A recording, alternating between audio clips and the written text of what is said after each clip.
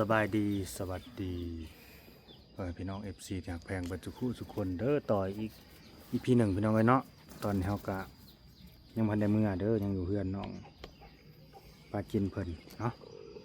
ยังพันได้เมื่อแต่ก็ใกล้สิเมื่อแล้วแหละพี่น้องเอ้ยใกล้สิเมื่อแล้วฝนก็คือว่าสิตกนี่แหละตอนก็ดึงเดี๋ยวยังสิไปเบิ่งสร้างเพิ่นเฮ็ดเทือนเนาะหลังจากที่ถ่ายไปเป็นคลิปที่สองก็ฮู้ถึงรายละเอียดเนาะที่ไปที่มา แล้วก็เพื่อนของน้องก็ยังขาดหลายอย่างหลายอันหลายแนวเนาะขาดหลายอย่างอยู่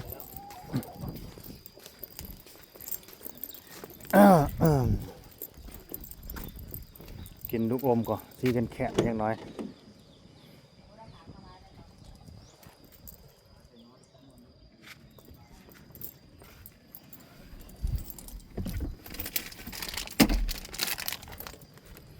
ไปอยากกินขนมนั่นอยู่บ่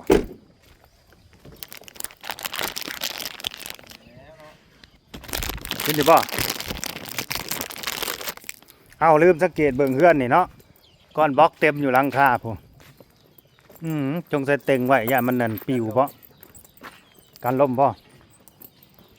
ถ่ายเบิ่งประตูเฮือนเขาเจ้าบ่หายที่เนาะคือขัก ประตูรุ่นนี่ขักอย่างนี้แบบกันอันนี้นะกันงัวซื่อๆเด้อเพื่อนนี่เขาเห็นลังแหลกนี่หลายสีนี่กันงัวซื่อๆเด้อตัวนี้เจ็ดสี่เด้เป็นครบเพิ่นว่ามันจังบ่เสียดายได้ที่หนึ่งบ่ได้ที่หนึ่งนี่ใครได้ได้เฮือนเพิ่นนี่เทการเปื้อนเข้าไปเลยเนาะทางเดินเข้าไปเลยเด้น้ำสร้างมันขุดเอาเอง7 เมตรแม่นซะบ่ขุด6 เมตรขุดเองบ่นี่ขุดมือบ่ตำมือบ่6 เมตรบ่ขุดแห้งอีหลี7 แสนบ่ปะจิ9 แสนยัง900,000อันนี้แหละทางธรรมดานี่9 แสนเอามือขุดเอาได้ก็อยากมาเห็นอยู่ตอนเขาขุดสบายดีเด้อเมื่อแต่เว้าอยู่เนาะพร้อมบ่สบายดีข่อยเลยสุดเจ้าสบายดีสวัสดีน้องปัจจินออกมายืนอยู่พี่ดูว่าลาวสิถ่ายไว้เป็นที่ระลึกนี่เก็บไว้เป็นไว้เบิ่งเด้จะน้อยสิบ่ได้เห็นได้เฮือนหลังนี่ถ่ายไว้ได้สบายดีน้องปัจจินสบายดีจะน้อยสิบ่ได้เห็นได้เฮือนหลังนี่หรือสิเป็นนั่นบ่อนนั้น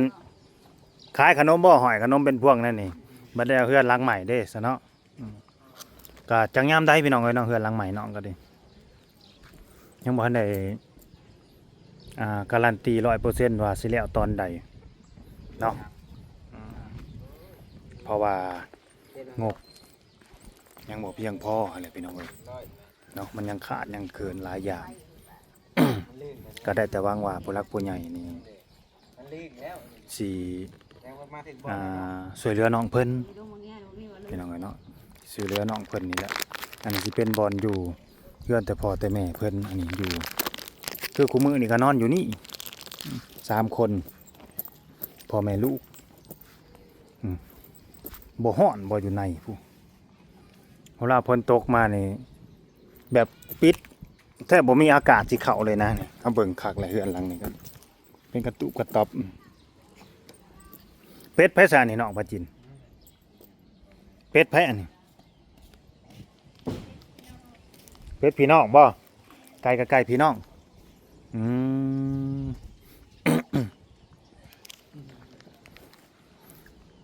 ไฟนี่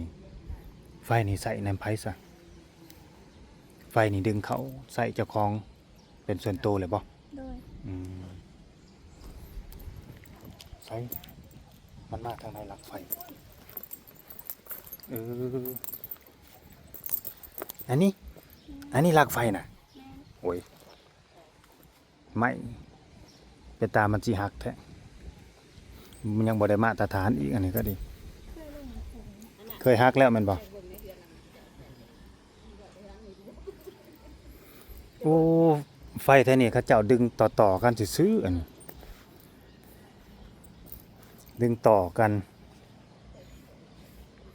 นี่แหละฝากผู้หลักผู้ใหญ่เด้อช่วยพิจารณาเนี่ยเนาะ เรื่องเฮือนเรื่องซานของน้องนี่แหละ ยังไงเฮือนแล้วไว้อยู่ปะ โดยอยากให้แล้วไว้ไว้ ให้แล้วไว้เนาะ ตัวนี้มันก็มันเป็นอะไรหมดบ่ได้ขึ้นเฮือนบ่คือว่ามีแต่กล้วยหมดแค่นะ คือ อืมมันไต่ขึ้นเติงเฮือนเลยหมดขึ้นเฮือนน้องเพิ่น ไปรับอยู่หันเนาะก่อยออกไปทางใด มันอยู่เด้ รับบ่ น้องปลาจีนได้เลยมันอยู่ป่ะ ก็ตกอยู่หัน น้องโอรับซะบ่เนี่ย เอ้ยบ่ได้เหลือได้ฮะ กูให้มานอนอยู่เตียงพี่ เอาอย่าหันเต็มเลยนอนอยู่ สิไปนั่งสัมภาษณ์น้องอยู่ไสน้องบ้านจากสัมภาษณ์น้องจากคลิปหนึงนี่นะทั้งน้ำไผซะนี่น้องบ่จินซื้อน้ำกินบ่ แม่น เมื่อกี้เขามาส่งแล้วบ่นี่คือว่าน้ำมาส่งเมื่อกี้นี่ เจ้า อืม เจ้า กินน้ำคนละเจ้าเนาะ แม่น แพงกับแพงอันจานนั้นห่างน้องอันนี้นะอันนี้ก็พี่น้องบ่ก็คือกำแพงคักแท้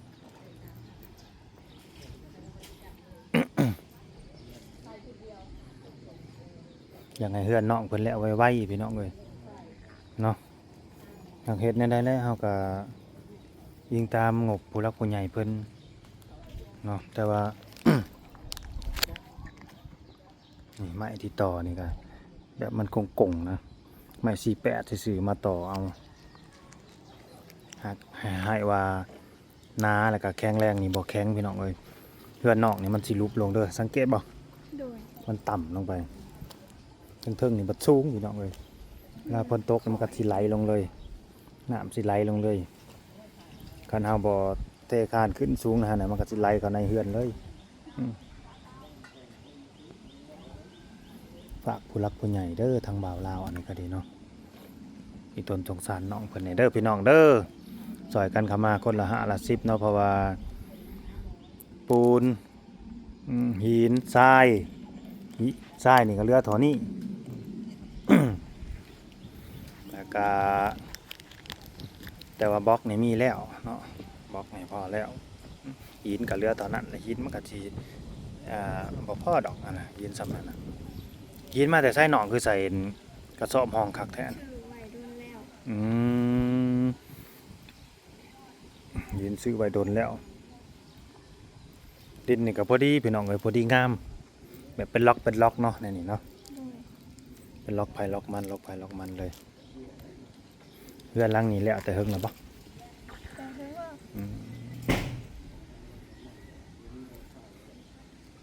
อยากได้แบบนี้บ่งามบ่งามเนาะ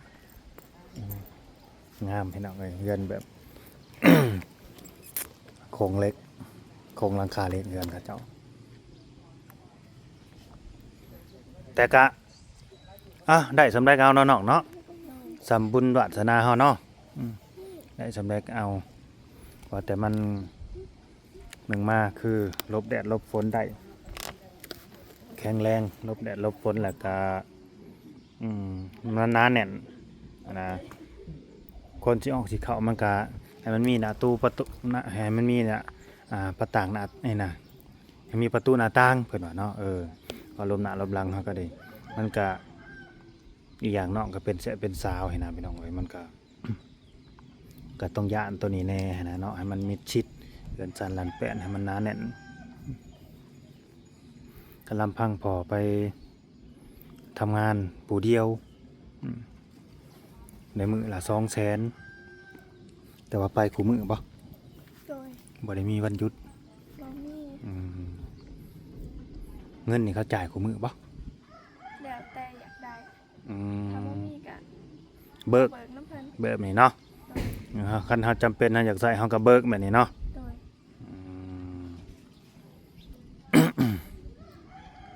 แต่ก็เงินที่พอไปทำงานนี่ได้หยังแหน่เนาะแปลว่าเป็นชิ้นเป็นอันเข้ามาในเฮือนนี่ที่เห็นหั่นนะมีหยังแหน่ มันก็ใช่นี่ก็เงินเพิ่น โอ้ ซื้อ อืม แต่ก็หากับบ่ได้พอเป็นก่อน โอ้แบบ พอได้มา แบบ ใจทุก แมนแบบเก็บกำฮิปโฮมไว้ได้สำแดงเอาสำนั่น โดย อืมก็ถือว่าเพิ่นก็ยังอยากได้อยากมีดีได้พี่น้องเอ้ยแบบว่าคอยเก็บออมรอมเล็บไว้หั้นนะแต่น้อยไปหาหลายหั้นนะได้ทรายแล้วก็พอทรายก็ซื้อทรายมาไว้อืมพอบล็อกก็ซื้อบล็อกมาไว้แบบนี้เนาะ โดย พอไม้ก็ซื้อไม้มาไว้แต่ว่าทั้งไม้นี่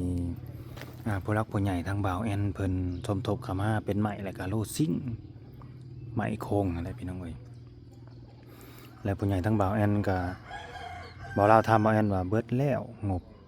ที่เพิ่นสมทบเข้ามาน่ะเบิดแล้วเด้อว่าซั่นอืม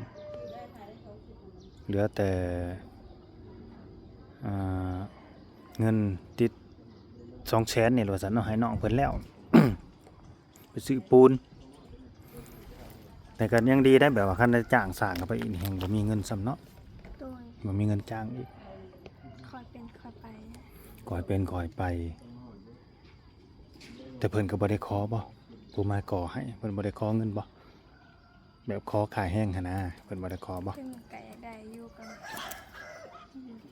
ก็ฮู้ว่าบ่มีเนาะ โดย อืม เบิดเดือนจังซี่อะให้เพิ่น อืม กัน อืมเบิดเดือนจังให้ โดย กินบ่ขนมกินบ่ ให้น้องดูจกให้น้องดูมันเป็น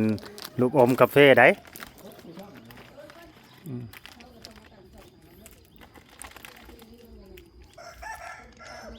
เป็นลูกอมกาแฟกินบ่อยากนอนได้ตาข้างเลยได้ นั่นนี่นึกซักเลย นอนเตอนอนเล่นโทรศัพท์ มีอยู่บ่โทรศัพท์น้องน่ะนี่ คุณไม่คุณ อืมบัดสิเว้าเนาะเบิ่งคือคนเว้าบ่เป็น บอกเป็นได้ บัดสิเว้าบ่เว้าเป็นจบเจือสบายดีป้าลุงดูหาเป็นบ่ ไปดี อืม กินก่อนเดียวก็พอแล้วสิกินเบิด2ก่อนเลยบ่บัดนี้ อืมคือสิมาเล่นน้ำน้องปลาจินกูมื้อเด้เนาะ มาคุณมือ อืมหมู่เล่นหมู่เว้านี่บ่จักอันนี้น่ะ กับมาลินเธอ เฮือนอยู่ไสเฮือนอยู่ไสเฮือนน้อง ไป อืม ทางซีเมนต์ พ่อแม่ก็มีเบิดติ พ่อ น้อง แม่อยู่ไทย อ๋อพ่อแม่ไปทำงานบ่ แม่น่ะอันนี้พ่อกับแม่น่ะป้ากันแล้ว โอ้ชีวิตคล้ายๆน้องแล้วเนาะคันว่าแน่น่ะเนาะ โดย อืมชีวิตคล้ายๆกันเลย พ่อกับแม่เลิกกัน อันนั้นบ่แมวของน้องนะ โดย มันไปนั่งเบิ่งผู้ใดอยู่หั่นพี่น้องเอ้ยเป็นกำลังใจให้หน่อยเด้อเนาะสิแหละเขาเรียกว่าต้นทุนชีวิตคนเฮามันบ่สำคัญน้องเอ้ยมันบ่สำคัญแล้วก็บ่คือกันบุญวาสนาอืมไปเฮียนนี่ก็ได้อันดับดีอยู่บ่น้องปาจินได้ที่เท่าใดเวลาเซ็งกลางๆเนาะ โดย มาถึงขั้นว่าเก่งเนาะกลางๆเคยได้อยู่บ่ที่2ที่3 บอกเคย บ่เคย หน่อยซึกกับประมาณที่8 โอ้มีนักเรียนจักคนในห้อง ชาว4 24คนได้ที่8ก็ถือว่าโอเคอยู่เด้ถือว่าบ่ธรรมดาเด้พี่น้องเอ้ยนักเรียน24คนขนาดลูกสาวบ่าวลาวนี่ยังได้ประมาณที่13 14แต่ว่านักเรียนหลายเด้นะประมาณ30หรือ40คนห้องหนึ่งม .4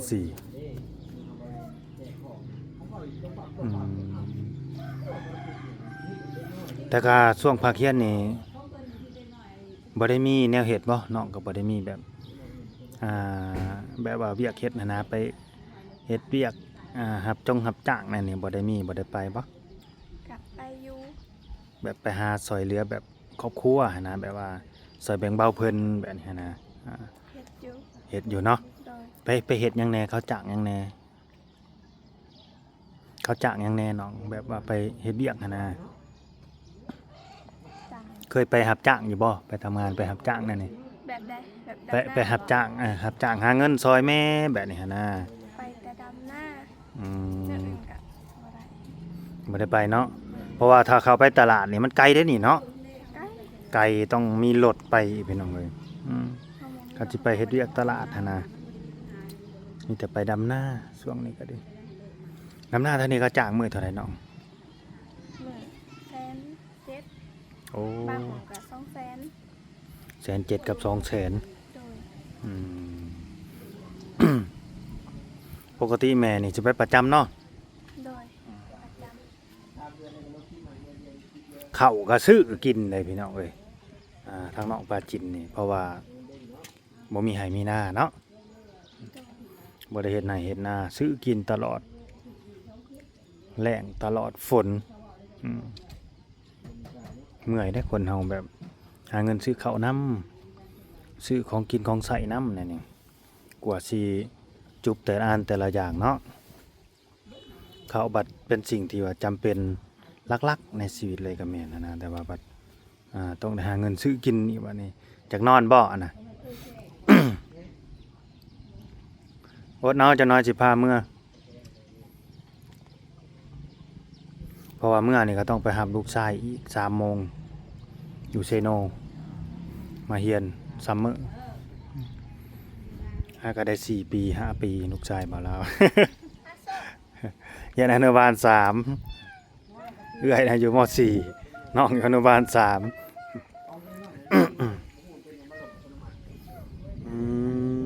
ซื้อน้ำโชคบ่น่ะ ผ้าสูท ผ้าโซกแมวเถิกเนาะอันนี้เจ้าของเพิ่นบ่อยู่บ่เนาะไปหน้าปะ ไปหน้า อืมน้องเอิ้นเนี่ยได้นี่ เอิ้นละสาว หลอดสาว เป็นน้องของแม่เนาะหลอดสาวเป็นน้องของแม่บ่ทั้งเอิ้นหลอดสาวซื่อ โดย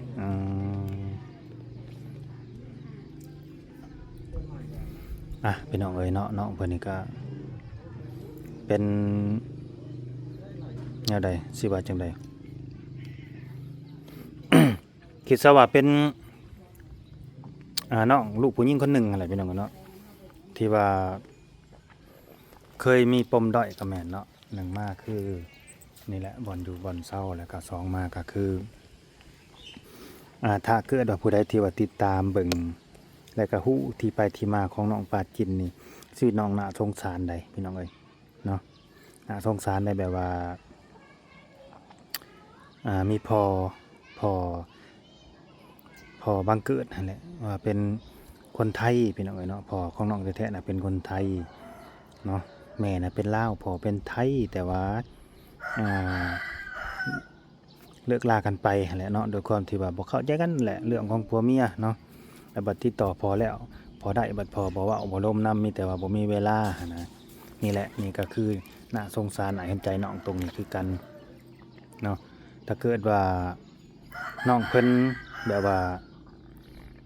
ได้ไปอยู่ไทยซะแบบนี้เนาะเฮ็ดเวียกอยู่ฝั่งไทยหรือว่าได้มีโอกาสรับเฮ็ดบัตรประชาชนเป็นคนไทยแบบนี้น้องก็น่าสิได้รับโอกาสและก็สิทธิหลายๆอย่างนะเกี่ยวกับคนไทยแต่ก็บ่ฮู้คือกันว่าน้องเพิ่นก็อยากไปไทยบ่เนาะ อยากอยากไปคือกันบ่ เออ อันนี้บ่าวลาวสิถามตรงๆเด้อน้องก็อยากมีบ่แบบว่าบัตรประชาชนไทยนี่อยากมีอยู่บ่ อยากมี เนาะคันมีมันดีตัวน้องได้ดีหลายอันหลายอย่างแม่เพิ่นก็บ่ได้ว่าหยังบ่ถ้าว่ามีนี่นะแล้วก็ยินดีนํเนาะเพิ่นก็แฮงอยากให้ไปเฮ็ด เดิน แต่ว่ามันติดที่ว่าผู้สิพาไปเฮ็ดเนาะ ติดทั้งพ่อน้องเพิ่นนี่น้องเอ้ยคืออย่างที่ในคลิปแจ้งไปหั่นแหละแบบคล้ายๆว่าพ่อนี่บ่ค่อยสนใจนะบ่ค่อยเอาใจใส่มีแต่ว่าบ่มีเวลาบ่มีเวลาเว้าบ่มีเวลาล่มน้ำแต่ว่าติดต่อกันได้แม่นบ่ ติดต่อ กับพ่อน้องน่ะติดต่อได้เนาะ โดย อืมเพิ่นก็โทรมาหาอยู่บ่ บอก อืมมี มีแต่น้องทักไปหาเนาะ เดี๋ยวนี้ก็บ่อยากทางแล้ว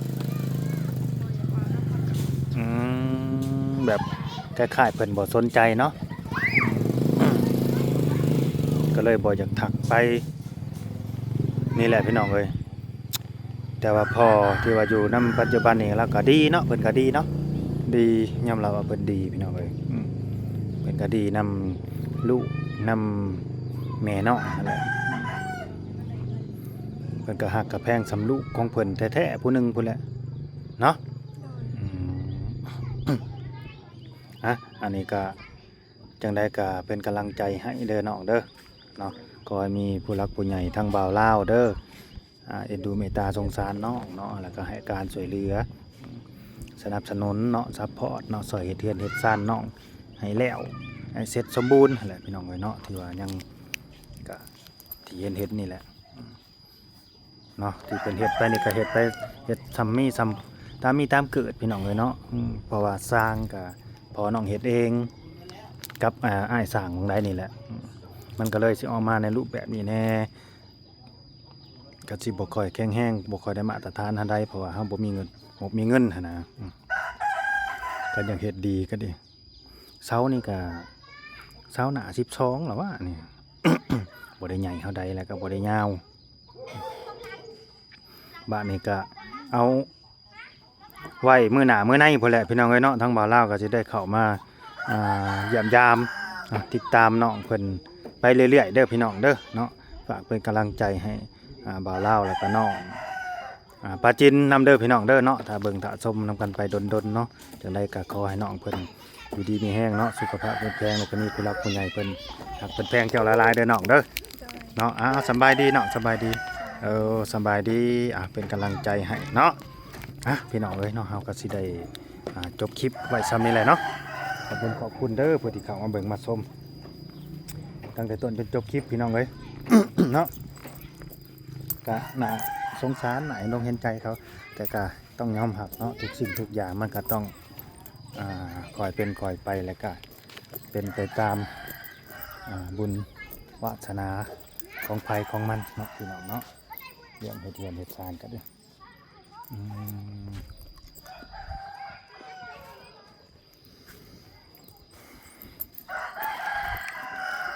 ขอบคุณ FC ฝากกดไลค์กดแชร์กดติดตาม